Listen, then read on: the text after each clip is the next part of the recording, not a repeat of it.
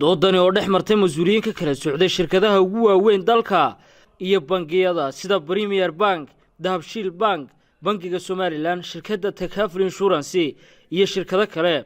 ayaa waxa lagaga doodayaa arrimo la xiriira sidii loo horumarin lahaa dhalinyarada hal-abuurada ganacsi la yimaada isla markaasina loogu sameyn lahaa maalgelin dhammaystiran kaasoo ka qabsoontay xarunta Harhab ee magaalada Hargeysa waxaana soo qaban qaabisay doodani nooceedu cusub yahay hay'adda shaqadoon oo inta badan ka shaqeysa horumarinta dhalinyarada waxa kulankaasi iyaguna goobjoog ka ahaa dhalinyaro tiro badan oo doodani xiiseynayay dood dheer oo su'aalo iyo jawaabo kala duwan ay ku wadaageen mas'uuliyiintan ka socday qaar ka mid ah shirkadaha ugu waaweyn Somaliland oo ah sidee ayay dhalinyaradu ugu guuleysan karaan ganacsiga cusub ay sameeyaan waa maxay caqabadaha ay kala kulmaan maxaa sabab u noqda inuu burburo ganacsigoodu muddo kooban iyo su'aalo kale oo badan iyadoona markii dambe xalka lagu horumarin karo ganacsiga ay dhalinyaradu sameeyso la isla eegay dawladda badan ay u beddelayso dhaqaale oo bixinayso muxuu ahaa amarna kuma soo dhawayso ganacsiga laakiin waxa weeye waxay dejinaysaa enabling environment jawigii suurtagelinayay weelkii wax lagu shubanaya ay suurtagelinaysaa caqabadani maxay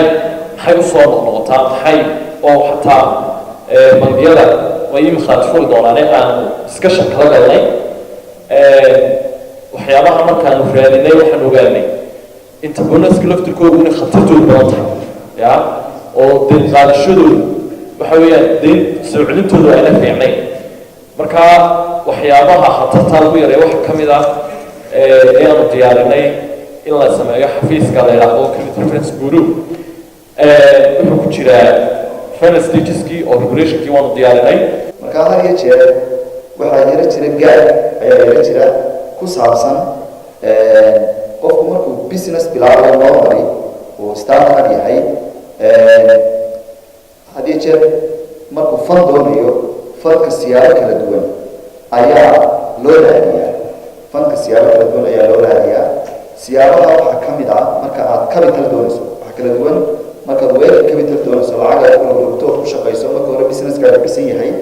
iyo marka aad doonayso lacag aad wixii ku bilowdo qofku marka uu doonayo lacag ganacsiga ku bilaabo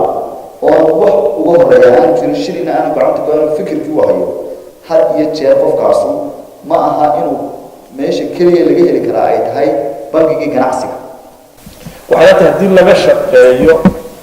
forums lagu kulminayo dadka fikradaha dhaqaale ee shaqaynaya haya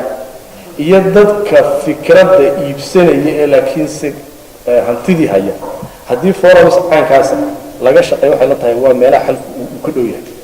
markii doodaasi soo dhamaatay waxa warbaahinta faahfaahin ka siiyay qaabka ay u qabsoontay iyo ujeedada ay xambaarsanayd daadiyaha doodaasi talooyinka halka la iska weydaarsaday iyo macluumaadka intooda badan macluumaad cusub oo ay u baahan yahay ninka business bilaabaya ayay u badnaayeen waayo xogtu meel kuma wada urursana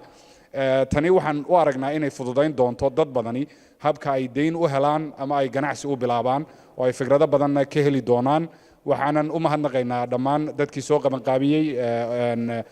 xafiiska shaqadoon